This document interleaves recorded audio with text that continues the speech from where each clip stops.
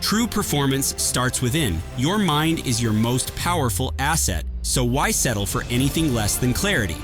Defeat brain fog, sharpen your focus, and unlock peak performance with Nectar Gold. Formulated with premium ingredients, tailored for high-performing men. Maximize your potential. Live in clarity. This is Nectar Gold. Hello and welcome to the Rich as Fuck podcast, the show where we talk about money, life, investing, and all things yachting. Today I have the privilege of sitting down with Andrea from Yachting. Good morning and thank you for coming to the show. Good morning. Thank you for having me. I'm super excited to talk to you, especially after such a huge athletic milestone that you achieved during the last few weeks. I don't know how you are keeping it together today and awake, but I'm thankful we could make this work. Yeah, thank you. It was quite a humbling mission, and it was cool to be part of something a bit bigger than ourselves.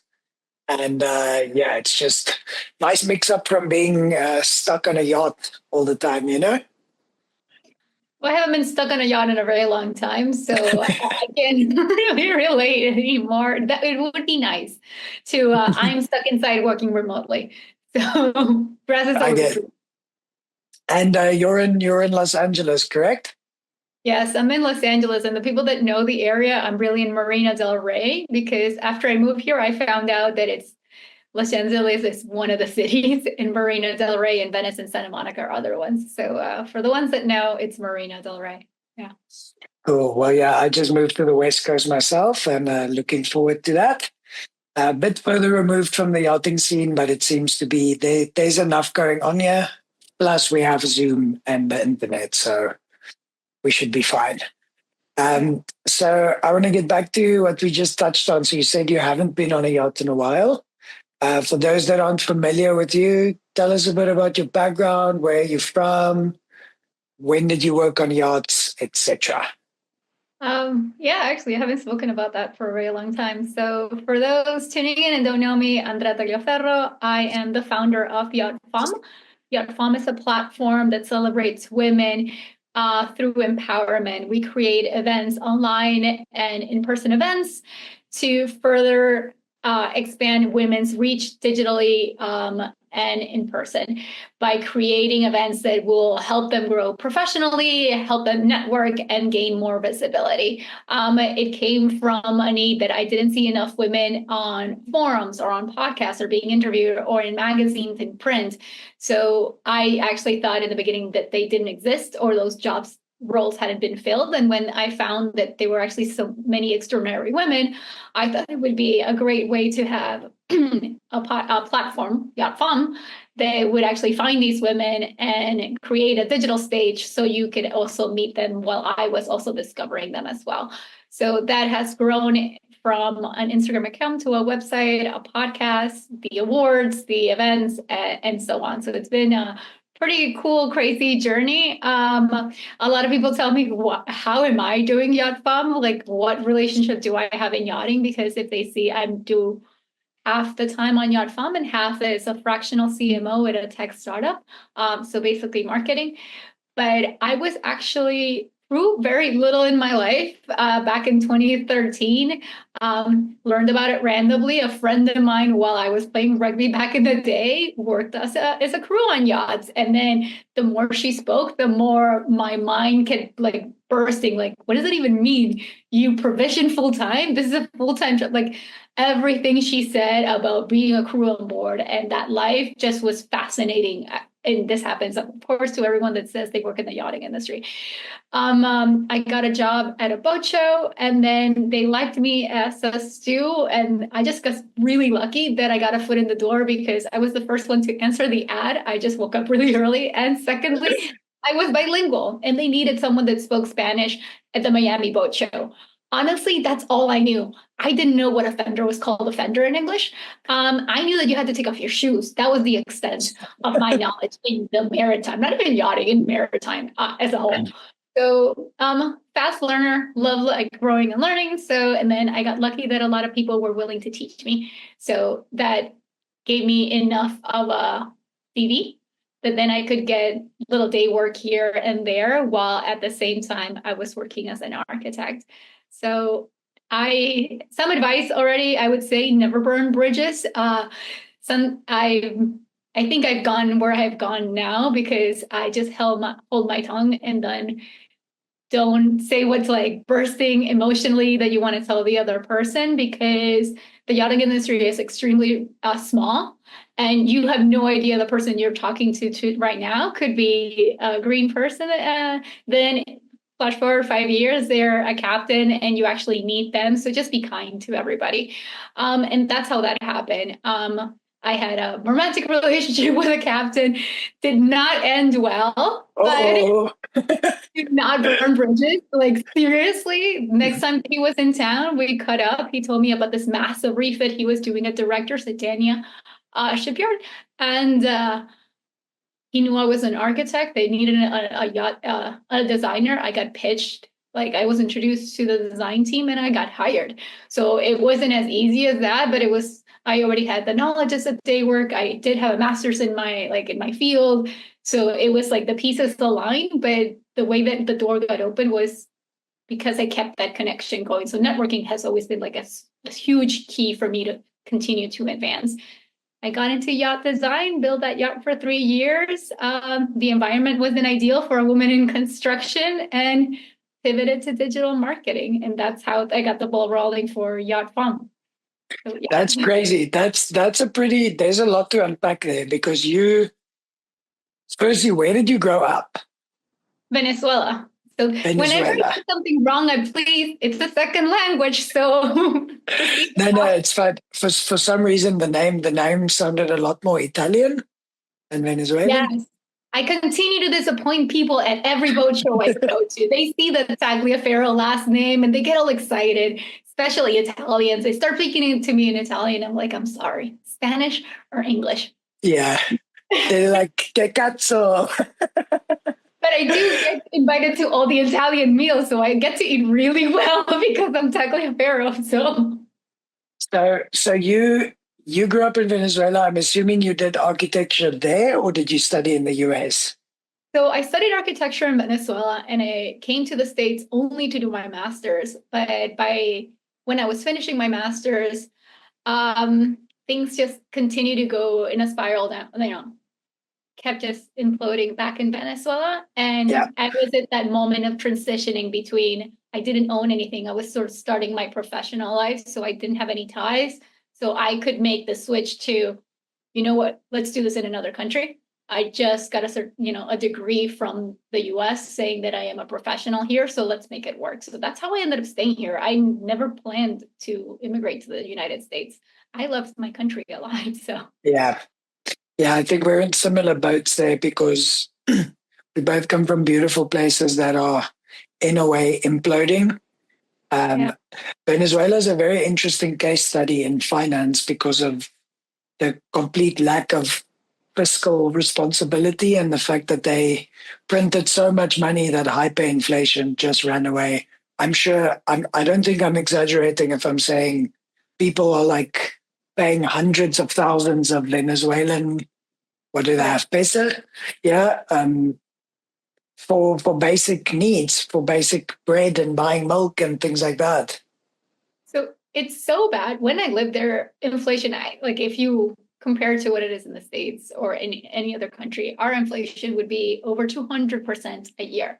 200%. So the people that actually would leave the country like me and would go and visit, we would have to message our friends. I was like, how much is the value now? Like, what do I have to bring? And then it became so bad that they rolled back our currency by taking away 3 zeros. So Oh, wow. instead of things being 1,000, now they were one again, just because it was just getting up there of like you're saying a hamburger is 1 million.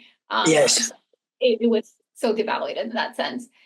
So yeah, it's pretty crazy when it comes to, and we used to be doing so well. Venezuelans would travel and would just be able to, like how Americans travel to Europe or to other, third world countries and basically travel like kings.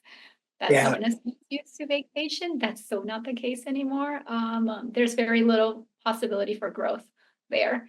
You have to know someone, you have to be in the right family to get business passed down to you so you can continue to grow and build for your own family. So it's limiting. Yeah. Yeah, it's pretty tragic and heartbreaking because I think both of us, I feel the same way. I'd in an ideal world love to be at home now and just be around the people and speak my home language, and but it's that's not an option. So, until things get considerably better, we just have to make do. And luckily, the United States, as well as other countries, provide really good opportunity, and we just got to grab it. To get back on your career path, which I find super fascinating, uh, architecture into steering, and then getting on a build. I think there's a lot of people that work a lot of years to get involved in a project like that, and you got that pretty early on, and it ended up being a 3-year build. Uh, how did you find that in a very man's world and a male dominated build industry? How did you mitigate those challenges? For all the women listening here, we all know that there's certain roles that we have to play. I am constantly at events making sure that it's not only the branding that you see from me, but I'm constantly making sure that everyone feels good about themselves. When I was at that shipyard, I had so many egos. People say like, oh, when you're on a boat, it's, the hierarchy is so strong. But when you're in this refit, that wasn't, we're not talking about a shipyard like Eason, Tancoa, like whether you have like hundreds of employees there. You had the head of communications, the head of the naval architects. So you had people who were used to being chiefs in this trailer in the shipyard. So everyone felt like your boss. I felt like I had 10 bosses. So everyone needed to feel good about themselves. No one could step on anyone's toes. And after I like navigated that political nightmare, then I got to do my job. So it was very taxing when it comes to like office politics and relationships there. And still hard to get in. Really the only reason, and I still see this today, is knowing the right people and nurturing those relationships. In that case, yeah, I got to meet them by chance. I was a day worker still on the boat that he was taking over, that captain. But to this date, I do most of my networking on social media, reaching out to people like you and DMs. And if someone answers, just continue to build. When I connect with someone on LinkedIn, immediately I send them a calendar link so we can jump on a call for 15 minutes to solidify that relationship and continue moving on. And then always starting with a mindset of like, how can I help you? Exactly how you actually got me to the call. It's like, how can we talk about Yacht Fam? How can we help? And it's like that mentality has really continued to open doors. So that's really how I got there. And of course there's luck, because now I hear from crew trying to get on yachts. I never did STCW. Like I didn't do any of these certifications that people are killing themselves to do. Yeah. Got lucky. Learning more, being bilingual or trilingual really, really helps in an industry that is so international. Yeah. So yeah. That's awesome. And I commend you on the communication part that you mentioned now, and always looking to collaborate. I've often found, since I've started the Yachting Investor, which has been about 6 months now, I've been pleasantly surprised how many people I communicate with are looking to collaborate and have like an abundance and a sharing mindset compared to just everything is mine. It's really, really nice and refreshing to see, because like you said, small industry, if it starts being public knowledge that you aren't someone trying to add value and you're just taking, you're not going to do very well. So I think it's very important for us to check ourselves and be like, hey, how can I help? How can I get Andrea on here talking about what she's interested in doing and getting the word out?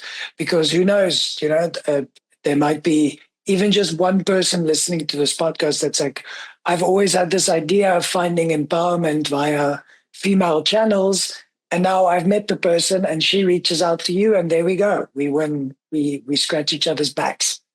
So, Exactly. I mean, that I actually worked after I built Yacht Farm. I used it as my portfolio to get into a prestigious media agency in New York called Vayner Media. So I got to work for the ones that are in digital marketing for Gary V. oh, no way. So I was marketing director at his speaking bureau. So I'm extremely lucky to still be connected to the people that I met there. And it really, the office culture there is collaboration. There are no offices.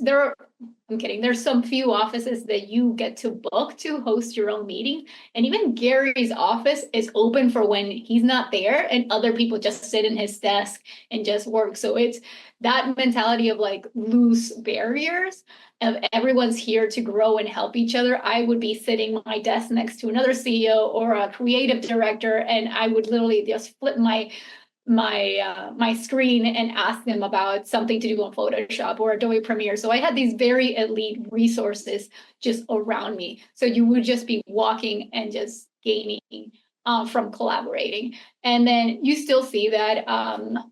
So I just spoke recently to David Rock, D-Rock, as many know him. He actually started the video blogs, the daily video blogs for Gary. Mhm. And you'll see his posts are all about how can I help you? And honestly, it's not an advertising campaign. He Gimmick, actually yeah. jumps on a call and says, how is this beneficial to you? We got 2 more minutes. So Mhm. it does help. It does carry on. That's an incredible gig to have landed. And I think a lot of people with entrepreneurial spirit and ideas go to people like Gary Vee. Um, so to be directly immersed in that culture, I think is very beneficial. And kind of a little bit jealous. Actually, I've got to tell it to a few people that were in media here. And now I'm saying, Dave, there's David from the yacht sales, the yacht blog. God, he's gonna kill me. Yacht for sales. And Yeah, then Watney, now was in media, and it was like, yeah, you get to meet Gary if you come to the office. So it's like it's definitely a nice thing to be able to do. yeah, I did get to record one of my podcasts in person there. Most of my podcasts are on Zoom, but because I was living in New York, someone was going to a boat show. So they landed in New York and I got to take them to the office. So I got to show them around at this office. It's like 800 people there, get to like, get blown away by like the people that I was introducing. And I wanted, like, this is someone I wanted to impress, and I was impressing them with the office, and they weren't even in marketing. And the mhm. person doing the sound for me that day was the person that did the sound for Gary. So it was like really cool. That's a professional setup. Eh? Yeah, Definitely makes the Zoom setup feel like a bit of a cowboy setup. I do Zoom so, and Yeah, I think it works great. it does Um, the job. Yeah, so digital marketing. I came back to yachting only last year. I kept the podcast going because it's only doing Zoom remotely. But a lot of people ask me like that I went away. I did. I went away for a full year from yachting from the pandemic, and it was really hard to find women. And then I would find women and to be interviewing on my podcast, and then I would have no shows because they would be afraid to speak in this was in their main language, like they were Italian or French or anywhere in Europe or whatever. Or second, they were too afraid to be recorded.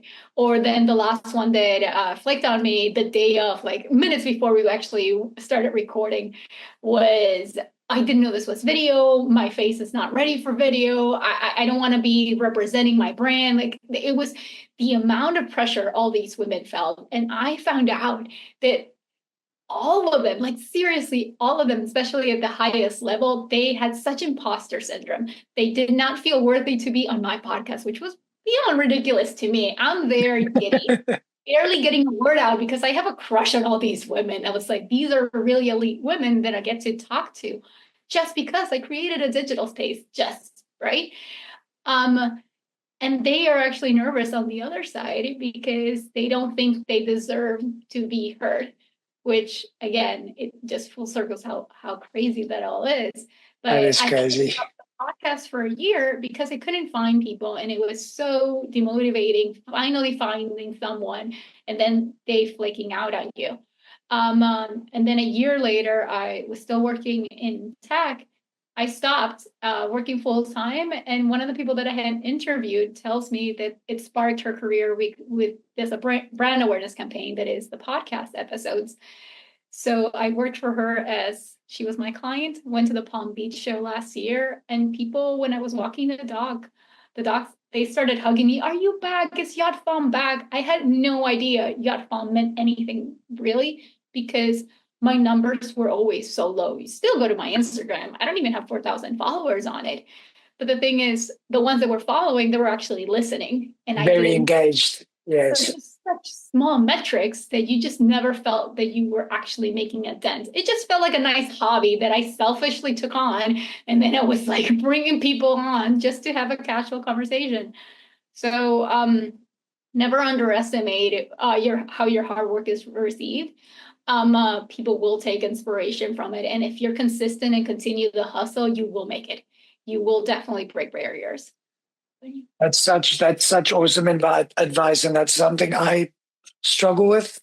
The whole imposter syndrome thing, the looking at metrics, the kind of comparison is the thief of joy. You know, you see the other person getting 50,000 views on YouTube, and your podcast gets, but like you said, it's more about the quality than the quantity. If I would much rather have 1,000 people that is seriously engaged than 1% of the 50,000 kind of listening to it while they're doing something else.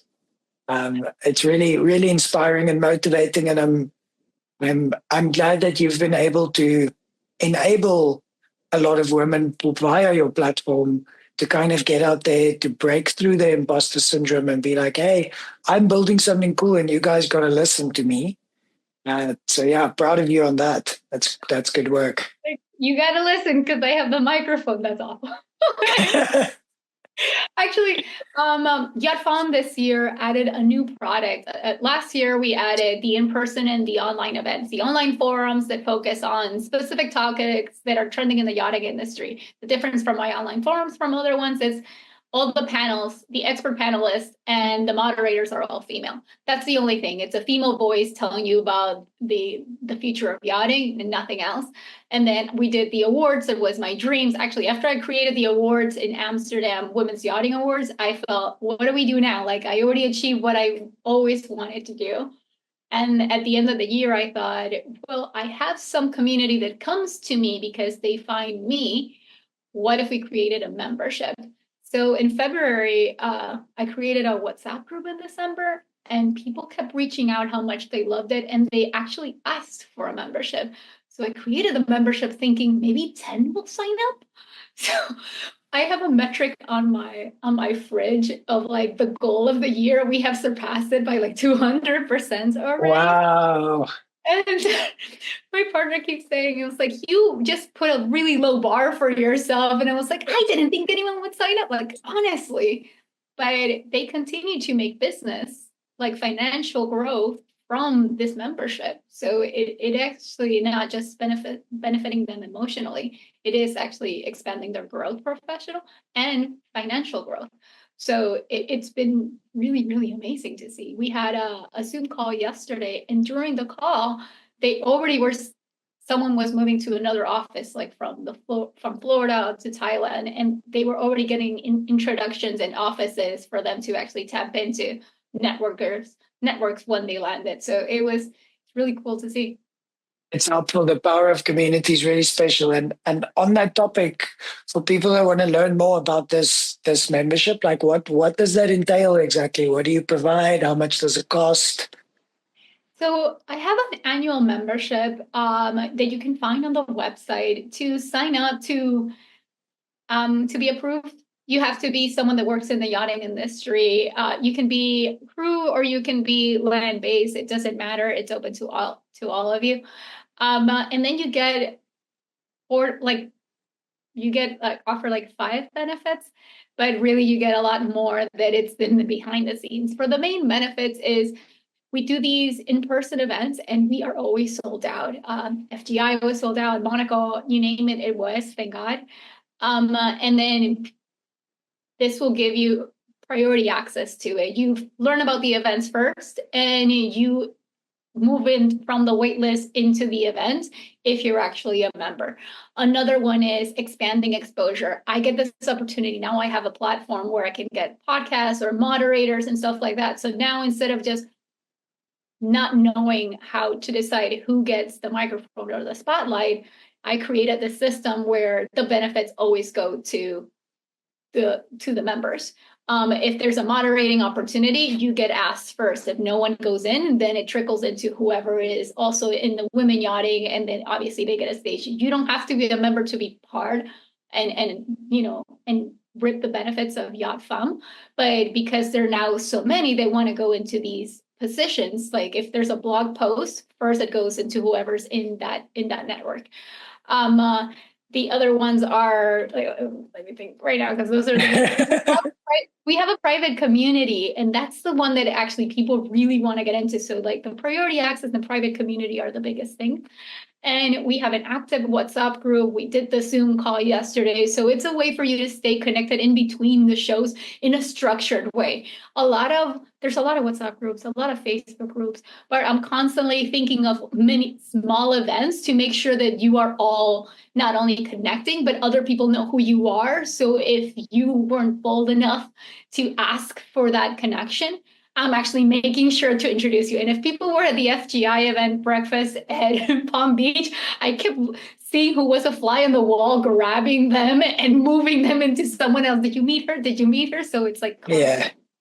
And last but not least is you get a discount if you actually want to promote your brand at any of our events. The way that we continue to lower the barrier for women is that they're all free and they're all public. So they get paid by sponsorships. So if you want to be one of those sponsors and get highlighted in the many ways that we actually highlight sponsors, you get a discount on across the board on all of them, all the way to the awards. If you wanted to be the one that actually gave the award on the Medstrid stage, you have access to it at a discount. So those are the main benefits that you actually receive. But already financially, because I always think like if you pay $150, how is this tangible? Where are the metrics of like, did I get value back? Well, if you went to the breakfast at Palm Beach, we had a professional photographer taking headshots of the women that cost you over $150, and they were free for you there. So you're already getting money back there. If you were doing a partnership with Lauderdale Diver in Fort Lauderdale in July, so if you wanted to get your scuba certification, you're getting a discount there. So this is definitely money that we're getting back to you through our partnerships as well. So it's not just pay me and I leave and I ghost you. You are constantly getting emotional, intangible, and tangible money back for your investment. So yeah, That's awesome. That's a very good model on giving people value instead of just direct trading and services. It seems like a very ongoing value add that you provide to people, and a good idea because I'm kind of in that limbo phase at the moment where, at some point this needs to be monetized because it's a lot of time. I do weekly newsletters, which takes a lot of time in writing, and I deal with about 50 to 60 clients per week, and these clients are not paying anything. So at some point that will need to be addressed and kind of restructured. And this is a very good idea to do that because you're not breaking the bank, you're not charging thousands of dollars and hindering people from entering. So it's not mega exclusive in that sense, but the people still get tangible benefits from it. So thank you. I can learn from that for sure. With your newsletter, you should have logos at the bottom that are clickable logos there.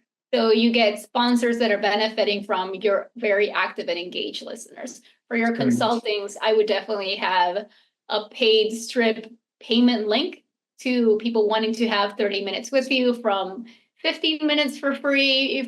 You always want to help, and I can definitely see that. But if someone takes more than 15 and it takes like a 30 or 60 minutes, that's really taking time away from you. And people actually want to pay for your advice. So actually make it easy for people to set up a time and pay you for your time. So yes. yeah. And then you should have ads on the podcast. that you have? I know that that's something we'll get to. Give me 1 sec, Andrea. I'll be right with you. Okay.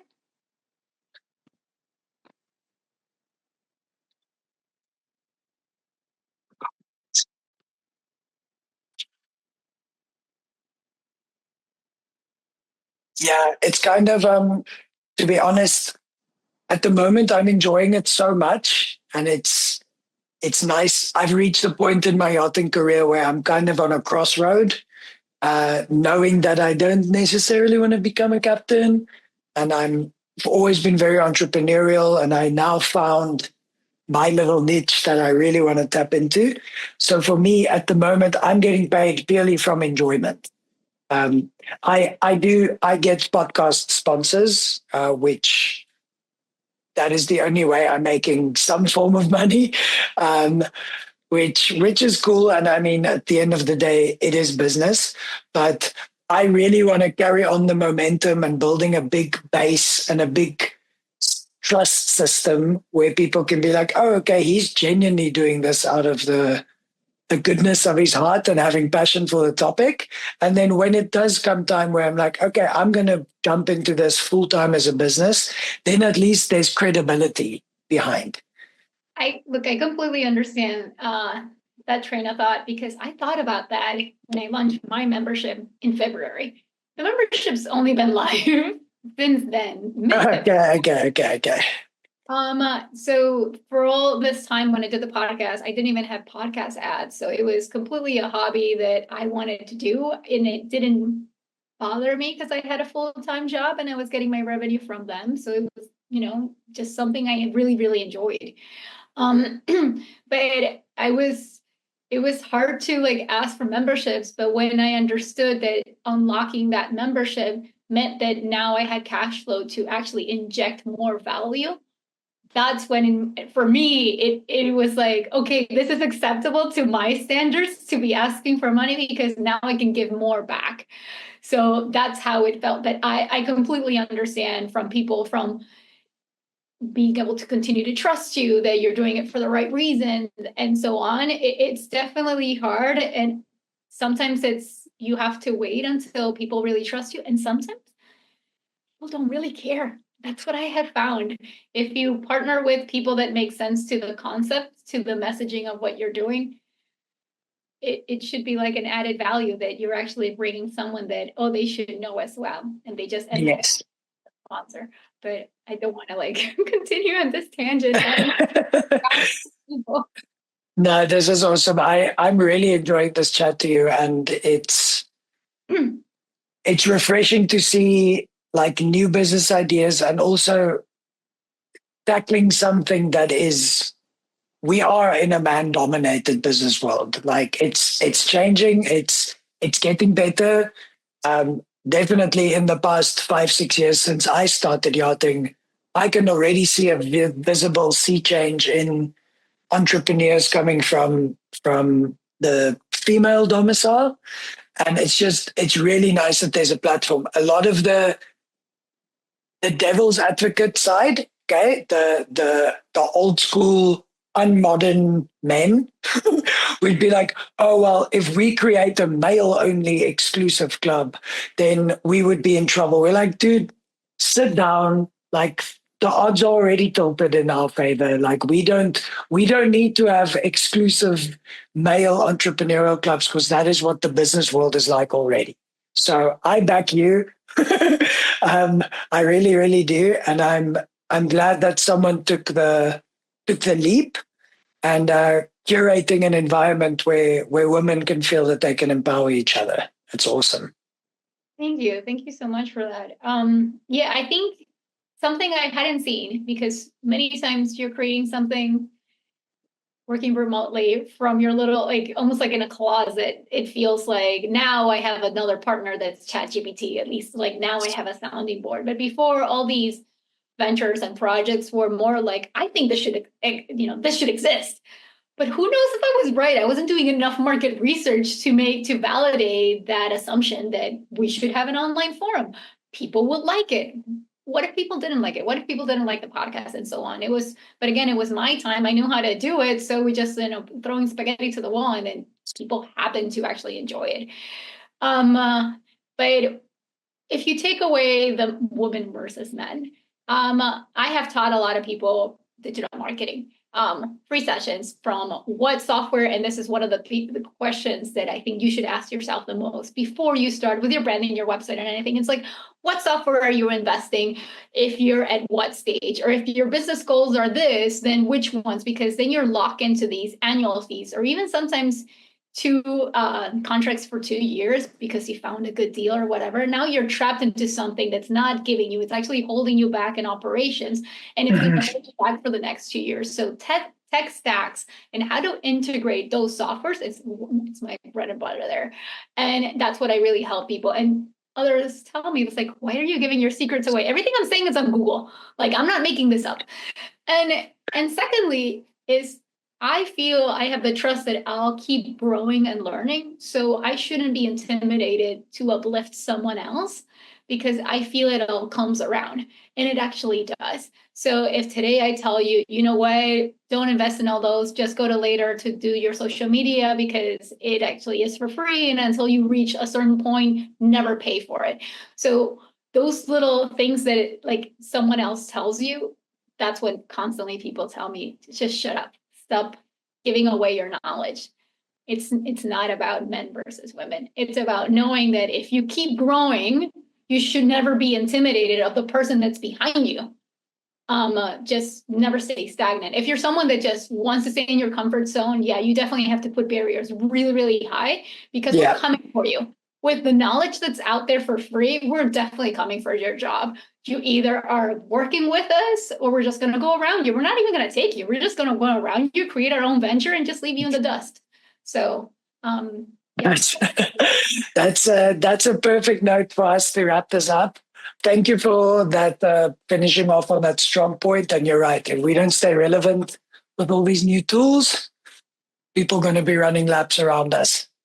And before we say goodbye to our listeners, please let us know how they can get in touch with you. I am fairly certain you and I will do this again in the future, but let us know what your website is, your pages, and I'll be sure to add that in the show notes.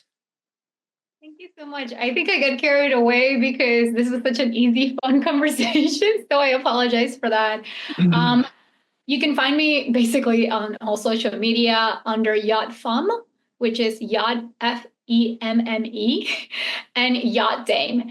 Instagram, LinkedIn, Facebook, YouTube, we're on all of them. And if you go to our podcast as well, you can find them on all like our distribution, wherever you get your podcasts. Just type in Yacht Femme. My preferred platform is actually Spotify, but you do you.